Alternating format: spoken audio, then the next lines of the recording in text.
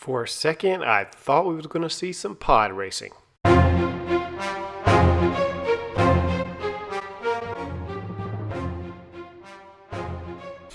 Hey, what's up, comic fans? This is Campfire Comics, and we're here to talk about Star Wars issue 15. I'm Campfire Rich. I'm Campfire Nate, and I know we talked about this. I think the last issue we did, we said, get ready. We're going to get another Obi-Wan journal comic, and that's what we did. And you know what? We love the first one. Why wouldn't we love the second one? It was great. It started off awesome. Richie, what'd you think right off the bat? I loved it from the cover. Right off the cover, I was just like, I'm ready. Like, I couldn't wait to read. I was like, yo, this looks awesome. And then we pick right up with little kid Luke.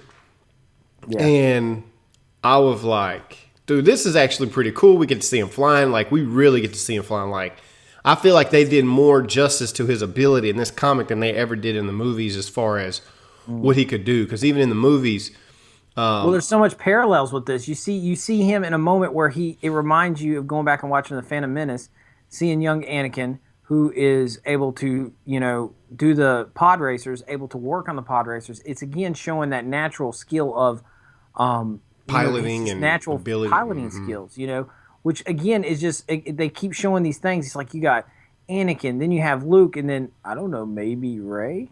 Just saying, not having just point out an obvious connection here.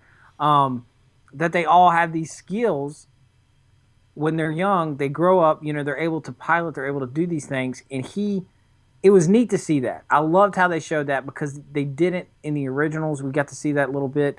And then another thing I enjoyed is that you get to see Owen, Uncle Owen, being what you only saw a bit of in the original. Right. And that is he's overprotective. He's like, no, you're too much like your father. You're too much like your father, which I feel like they didn't do justice to in the prequels because you only saw the guy for 2 minutes, and in the 2 minutes you saw him, he didn't seem like he gave a crap. He didn't have an opinion. I would have liked to have had him at least have a few opinions about Anakin. Like, they get him fleshed out a little bit more, and I love the comparison between him and Anakin. You got Obi-Wan kind of talking to himself, like really super active and watching over Luke. We didn't really understand, I don't think, from the prequels how active he actually was. A very, very active, watching over Luke and the comparisons they was making. Now, here's an interesting thought. Never thought about it before. Don't know why I didn't.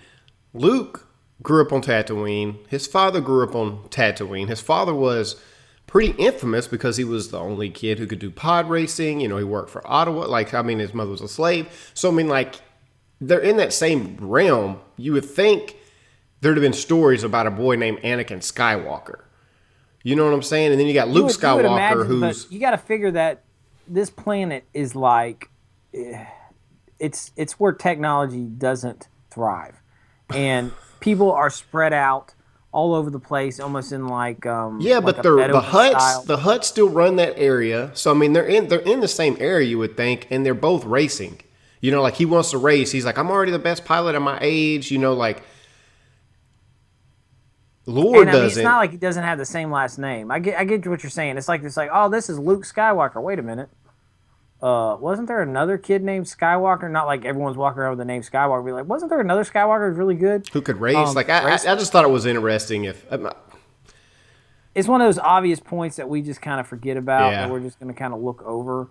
But you're right. If you or me were on Tatooine for like 40 or 50 years and been like, wait a minute, something doesn't that, I'm sure there's a person out there that probably figured it out, but they're not a part of the story. So I do like how Obi-Wan, he's again trying to figure out ways to keep his skills up, while at the same time try to stay out of trouble. It's like he's I bored. liked how he went and he basically was like, he was working with the Jawwas. He's like, hey, I'll help protect you from the Sand People, and I didn't know what he was getting out of it, and I think I liked it how they eventually showed that. But he defended off them, then they delivered the parts to Luke so that he could fix his speeder, and I thought that was interesting because I didn't even, for whatever reason, I completely didn't even think about that at that moment. So it's like Obi-Wan's like, I want to see how good this kid is. I want to see if he is just like his father. He saw it firsthand. He wants to see this, and the confrontation that you get between him and Uncle Owen is fantastic because you get that in the original in A New Hope. You get that he always like, Ben, that guy's dead. Like he's kind of elusive to it. He doesn't want to talk about it. But I always felt like in my mind, I'm thinking they probably had to butt heads at some point. Right. At some point they had to butt heads. So I love that confrontation where he's just like, you basically you need to stay away. You already got his father killed, which technically wasn't his fault. But I'm not going to say anything. You got his dad killed. You're no better, all this kind of stuff, which I think is interesting because you do get the feeling that Owen knows some things. So I'm wondering at this point, this makes it seem like Owen has no clue that Anakin is Darth Vader. Like he doesn't realize. Yeah, because he said you got his father killed. It's like he hasn't. It's weird that he says it. He has to learn otherwise because the movie he says. I feel like he said no, maybe he didn't. Yeah, maybe he did. I'm not gonna go there, but. I don't know. The conversation was cool. It was long. It was longer than I thought it was going to be. They really had to go back and forth. How awesome was it when he got a knock on the door? Immediately, Obi-Wan was just like his saber was coming to him. Immediately, just kind of like I'm ready to jack somebody up. Right. You could tell he's getting like cabin fever. He's just there, like he's not getting a fight. He's just like, that made me feel like a Jedi again. I've done worse jobs and. I don't know. You could tell I find it interesting. Owen said something about leave him alone, or he's like, it's obvious you won't let me train him. We've been over that. You know what I'm saying? Like, right. Obi-Wan wanted to train Luke. It's like he wanted to take Luke from a kid and train him up this whole way. When I think Obi-Wan's probably initial thought was, I'm going to take this kid to Tatooine. I'm going to watch over him, but I'm going to train him in the ways of the Jedi because eventually he is going. Because even like with Yoda, we have to keep them safe. They're our only hope.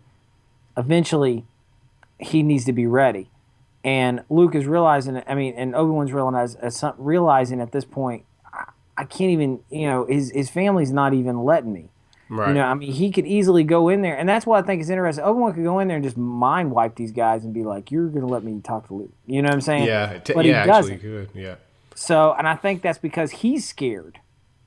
I feel like Obi-Wan's probably scared that he feels like he failed with Anakin. That he's wanting to see how Luke is because he's worried that he could just be just as bad. Mm-hmm. Have a real problem or whatever. And he's seeing these similarities between him. Man, he's a really good pilot. He's just like his father. And I think that worries Obi-Wan that he's not sure if he's even at that point. Now, there was also that mention where he said, I don't know if it was an internal monologue or that maybe it was Luke's internal monologue, is that I'm never going to get to do this unless he's dead, unless my uncle's dead. I'm never going to get off this planet unless my uncle's dead, which is funny because, of course, that's what happens. But I thought that was interesting that they put that in there. And something else I want to point out before we get to the ending, didn't this comic look really good? Yeah, it did. I don't know who drew this comic, but man, it looked really, really good. It looked realistic. All the facial expressions, like it looked like video game art. It did. Almost. It was really realistic looking. It was really good. I enjoyed it a lot, and I like how they change the artist from during these like little flashbacks things, so you can get kind of a different look. Mm-hmm. And it looked really good. It looked fantastic. I was like, man, they did a really good job. Which might have been why I was so hooked into the beginning, because like the comic, the cover looked so good. I was like, man, I'm trying to get into this and read. But moving on from that, we get to the end, and now Jabba's like, he's still ticked off, like somebody jacked my men up, and he's talking to somebody. I got so excited, you don't even know how excited I got when he says, "Give me a demonstration before I pay your outrageous fee," and I saw what turned out to be a blast. I swear I thought that was a lightsaber. When I first saw it, I was just like, I want to keep reading. Who is this? Yeah. I promise you, I thought it was a lightsaber, and I was about to get real excited. I was like, yo, we're about to see some action, and then it ended up being Black Chewie. Yeah, I'm not gonna lie to you. When I saw the red, I was the same thing. I was like, who could it be? Because literally when I saw that, I stopped reading, and I started thinking. I was like, who could it be? Who could it be? And we know in the Clone Wars, we've never gotten an ending to what happened to Darth Maul. So immediately my mind went to, oh, crap, we're going to get Obi-Wan Darth Maul Part 2 That was my on Tatooine. first thought was Maul. Yeah, I was like, dude, that would be great because then you get some kind of a completion to what happens to Darth Maul because they brought him back to life. Because Obi-Wan even made a reference to him, right? Like they made you think he was like, Obi-Wan's just like, I'm really good at surviving too, or staying alive. He was like, just ask Darth Maul, General Grievous, Count Dooku. Yeah, and Count Dooku. Yeah, it was. I was kind of hoping for that, but then when it turned out who it was, for even a split second in my mind, I'm thinking like, who could it be? Then when I realized it was Blaster Fire, I was like, well, maybe it's Boba Fett. I don't know. Boba Fett was known to be good at hunting Jedi's and stuff like that down. And then it turned out to be Black Chewie. Am I disappointed? Probably a little bit, because I really wasn't wanting to see Black Chewie again. We've already seen Black Chewie a lot and I know that's not his name, but I'm just saying for the moment, it's easier than trying to say Kersantan or Kersantan or whatever his name is. Yeah. So we've Would you call him Black Baka? Black Baka, that's who it is. Black Baka, yeah. Black Baka. We just saw Black Baka have a huge fight with Chewie, just recently. So I was like, I was hoping for someone different, but that's okay. I don't mind that. I'd like to see a little more stuff that's going on. I like how they're dropping these journals like in between story arcs. So I'm sure we're probably gonna have to wait a few more story or at least another story arc before we get another one. But I'm loving them, and I hope they keep them up. Yeah, no, this one is actually really good, and we enjoyed it. So, guys, that's a review of Star Wars issue number 15. Get down in the comment section below. Let us know what you enjoyed most about this comic and what you want to see more of from these journal entries. Like, comment, subscribe, and until next time, guys, we are out. See ya.